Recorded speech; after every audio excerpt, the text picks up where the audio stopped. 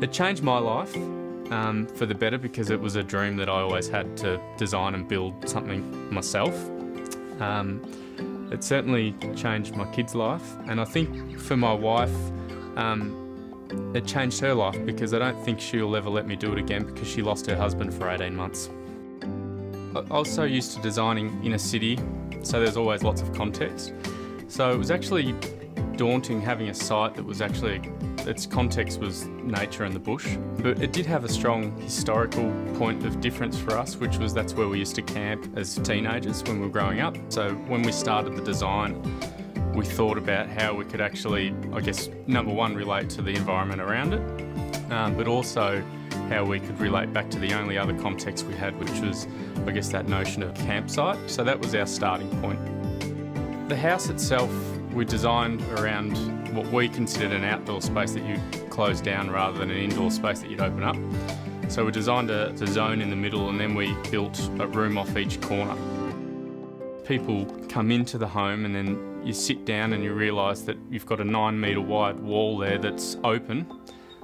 That's usually the first thing that catches people out, is that when you come into a house you don't expect to be sitting on what is effectively a large veranda. That one particular opening, which is sort of the lungs of the house, really drove nearly all the decisions within the planning outside of the program. So rather than designing a building and then trying to make the glazing fit, we actually designed the glazing and made the building fit.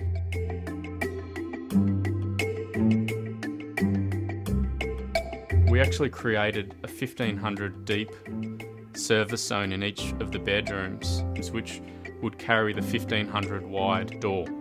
So by creating all those zones around the building, it gave us an area in which we could stack the doors.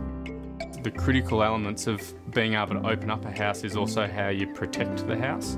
And a lot of attention, probably more so than the glazing, was spent on how we screen this building and protect the house from fires, insects, heat and security, because we're relying on opening up our windows to cool it. We don't want to have to close it down because there's mosquitoes.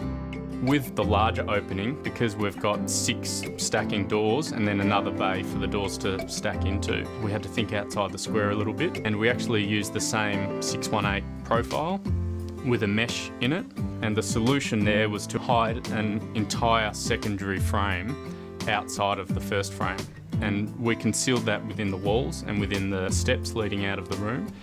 In summer we would have the glass back 90% of the time, and we'd have the screen doors across. In winter we didn't want the screens to be there because we wanted that view, so when the screens were back for 9 months of the year, because we're in a cold climate, you wouldn't even know they were there.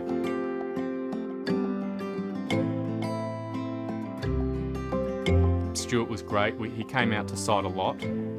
We often had the fabricators on site working with us. I guess probably more along the lines you would a joiner or a builder. So it wasn't just to push a button and the windows would arrive one day and the builder put them in. Because I was the owner builder, I had to work really closely with the contractors to ensure that we got a good result at the end of the day. It's something that I think nestles in quite well into its environment. I think that is demonstrated by the fact that you will have an echidna walk straight under your house and not think twice, without the hum of the air conditioners and all those sorts of things. For me, the real success for the project was that notion of bringing back our childhood a little bit. When we have people over, we're doing the same things we were doing 20 years ago.